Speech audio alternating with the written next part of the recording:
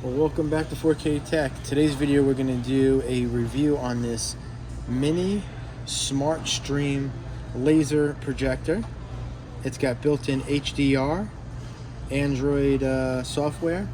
Also, it's got the Yamaha sound system built into it.